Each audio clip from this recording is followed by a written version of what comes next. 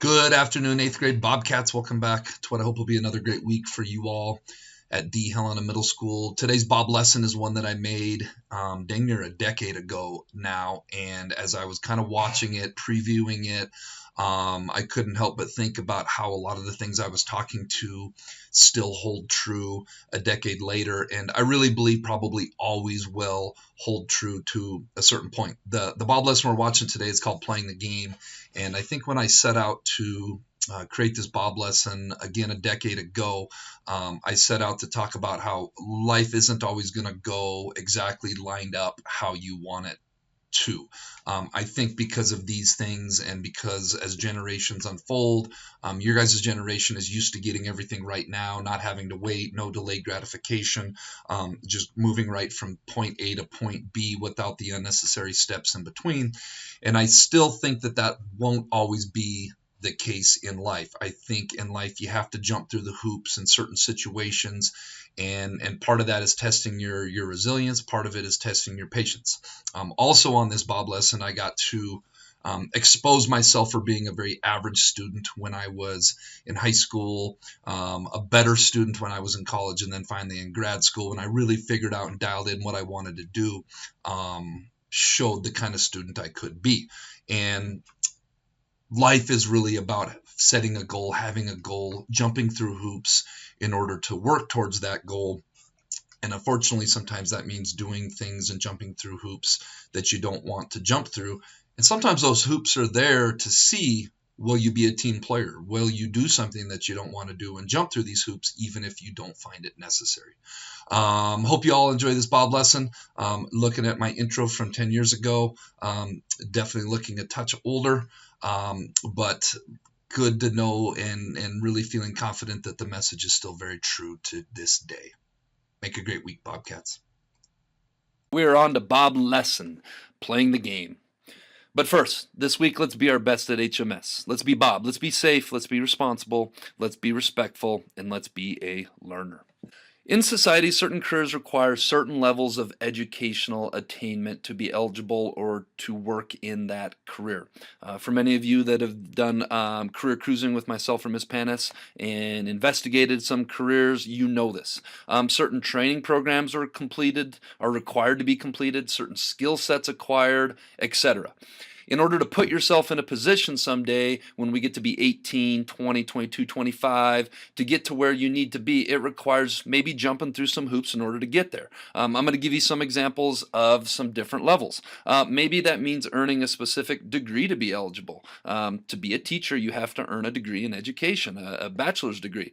Maybe earning a certain certificate to get a license. Maybe you have to earn a certificate to be a plumber or go through an apprenticeship program or a journeymanship program. Maybe graduating from high school so that employers know you have a base level of knowledge skill. Maybe putting yourself in a position for an advanced degree. Maybe that means getting a bachelor's degree and scoring a high enough GPA to where you can be considered to go on and get a master's degree or doctorate degree. Or maybe that means putting yourself in a position to gain acceptance into a prestigious college or university, kind of like Montana Western, winky face. Shout out to Mr. Mergel.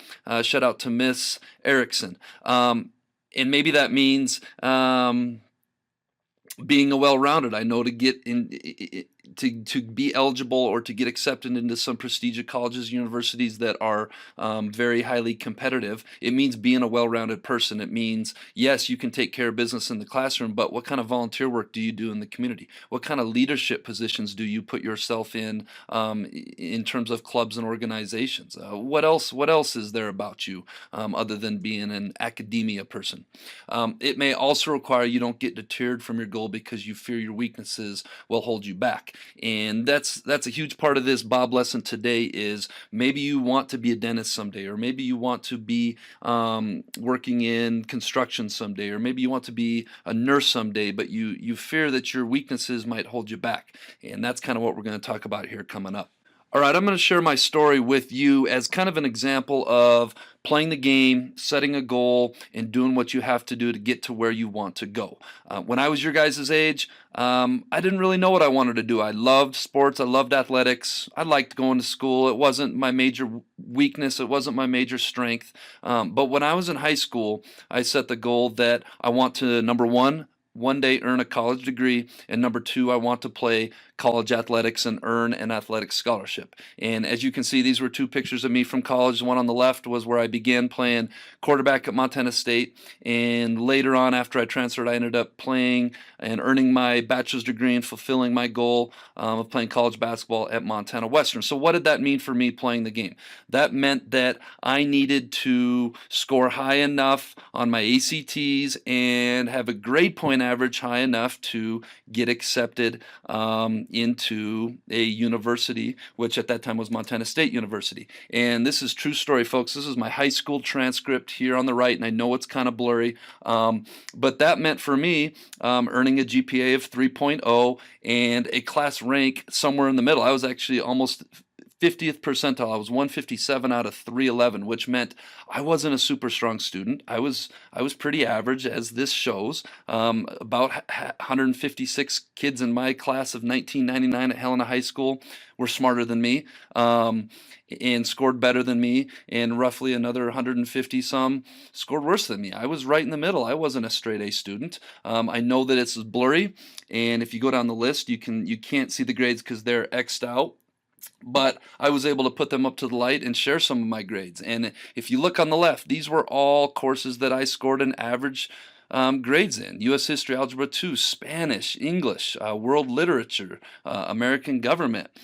These were classes that were hard for me. These were classes where I didn't always see the use of them. These were classes that weren't my strengths. But you know what I did? I worked my butt off in some of these classes, and I worked my butt off so that I could earn a C. And while some of these other classes that were my strengths, I was earning A's in and doing very good work in. And for those of you that know how GPA works, an A and a C is going to average out to a 3.0, and that was my total grade point average finishing high school. And so for those of you that maybe have classes that aren't your strengths, I'm kind of living proof and example right here that, you know, if you play the game and you make a goal and you work your butt off in some of these classes that aren't so easy, you too can get to where you want to be. I'm putting my academic records on full disclosure to you guys today. I decided to bring up some more real life transcripts from when I was at college at Montana State. Now you'll see the blue lines you'll have marked out. Again, I'm earning C's: history of American pop music, elementary statistics, algebra for college students. I know chemistry's in there somewhere.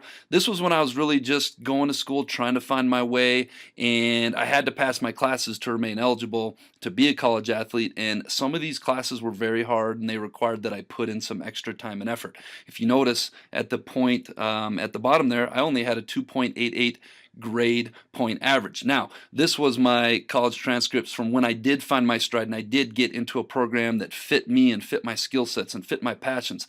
This was some of my grades from when I was in grad school learning to be a school counselor. You can see A's across the board. Now, let's go back to this one. If I wouldn't have took care of business here and played the game and got through it while I was finding my way and jumping through the hoops trying to get to where I wanted to go, I never would have been able to put myself in a position to graduate from grad school with a 3.88 grade point average, which I'm very proud of. All right, so I'm going to give you 3 examples at 3 different levels of education of what playing the game may look like. The first, becoming a carpenter or a builder. We have lots of Bobcats in this school that maybe school isn't their thing. Maybe Mr. Robertson's industrial tech is the best part of their week. They're hands-on, tactile learners. They love making things with their hands. Not a huge English fan, not a huge science fan. And that's okay. Maybe that looks like passing classes like social studies, English, algebra, geometry on the first try. So when you get to high school, you can take all the carpentry 1-2s, the computer-aided drawing class, the welding 1 through 4, industrial tech, and you can build those skills up and learn more about it. Maybe putting yourself in a position to go on to Helena College Technology on a 2-year degree and earn a certificate so you can go out there and be a builder, be a welder, be a carpenter. But maybe that means getting through those classes that you don't see the value in right now. How about becoming a nurse? That would mean graduating with 23 credits from high school and the right combination of a GPA, like I had to do, top half of your class, or score well enough on the ACT to get accepted into a college or university that has a nursing program. That may mean taking some required electives that you're not super excited about. And then once you are into college, spend extra time and effort studying for those hard classes like organic chemistry or human anatomy and physiology that you find extra challenging. And maybe when you get to high school, that means studying extra hard for those classes that are difficult instead of letting those classes be a deterrent in getting to where you want to go. How about becoming a dentist or a lawyer? And that's got the same requirements of graduating from high school with all those credits and earning a good score on the ACT. And then once you are in school, earning a good enough GPA to gain acceptance into a dentistry or law school, scoring with a high GPA, doing well in school, spending that extra time to earn a B instead of a C, or taking that extra time to earn an A instead of a B on some of those challenging courses. All right, so playing the game, what are the takeaways from what I'm trying to say today? Number one, you don't have to be great at everything to be great at something. I'm a firm believer that everybody in this school has something they can do better than 99% of everybody else out there. And part of that is playing the game so you can put yourself in a position someday to be able to do that. Another takeaway, we all have weaknesses. Don't let yours define your success. Maybe that means spending extra time on your weaknesses so that you can earn a C, so that you can get to where you want to go. Getting to where you want to go in life takes a game plan and a strategy. Get one. The next, work hard. Even if you don't see the reasoning now, someday you will figure it all out and be glad you left yourself that opportunity. Okay, you may not know what you want to do right now. Guess what? You're in the majority. Not a whole lot of middle school kids do. But I promise you this, if you work hard right now in school, you will one day figure it out, and then you will leave yourself that opportunity. If you don't work hard now and you fail out of school or you don't pass your classes, when you do figure it out, it may be too late. When am I ever going to use this? I hear this from a lot of kids. The truth is you may never use it, but you have to jump through the hoop to put yourself in a position to learn stuff you will use someday. All right, quote of the week: successful people find a way, unsuccessful people find an excuse. Something to think about this week. All right, that brings us to this week's Jelly Bean Question of the Week winners: Henry Danielson, Hemi Curtis, Keegan Breland, Coy Erickson, Aiden Weston. The answer: what has 15 diamonds but isn't rich? That'd be a deck of playing cards. All right, this week's Jelly Bean Question of the Week: I'm not alive, but I can grow. I don't have lungs, but I need air. I'm not a plant, but I need water. What am I? If you think you know the answer, submit your answer to the Bob Box. Tune in next week, see if you're a winner. Make sure your first and last name is on that. It blows my mind every week. We have answers with no names, names I can't read. Poor students missing out on jelly beans. All right, Bobcats, let's make it a great week on the Helena Middle School.